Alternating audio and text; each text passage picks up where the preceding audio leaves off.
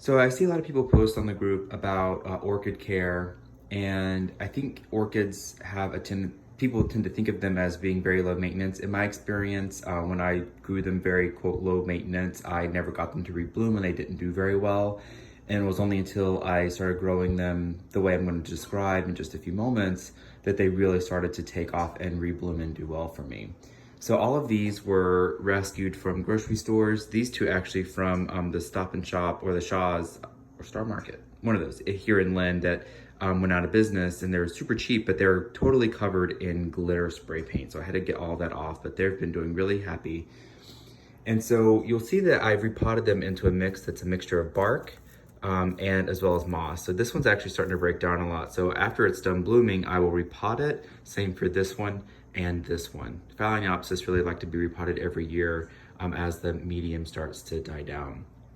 When you're watering, you want to make sure you don't get any water into this part here that's called the crown, and that if water sits in there, it can actually cause bacterial and fungal growth and cause what's called crown rot. So you don't want that.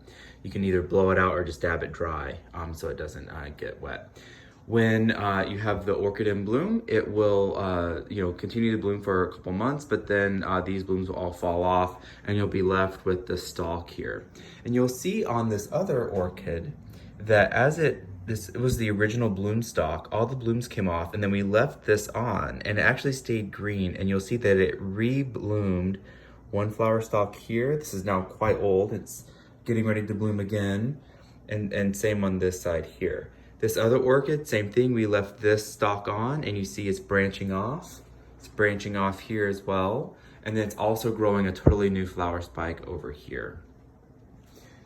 Sometimes the stalks will just go completely brown all the way down at the base. And if that's the case, then you'll want to snip it as close to the crown down here as you can.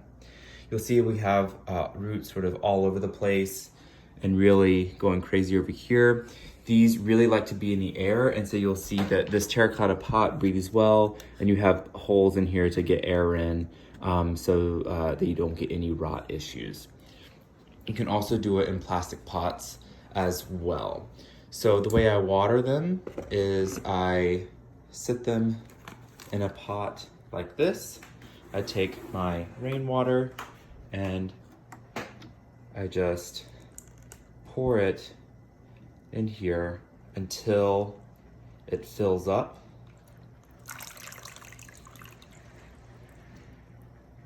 And then I let it sit like that for 20 to 30 minutes. And I like to do that at least once a week when it's really dry or really warm.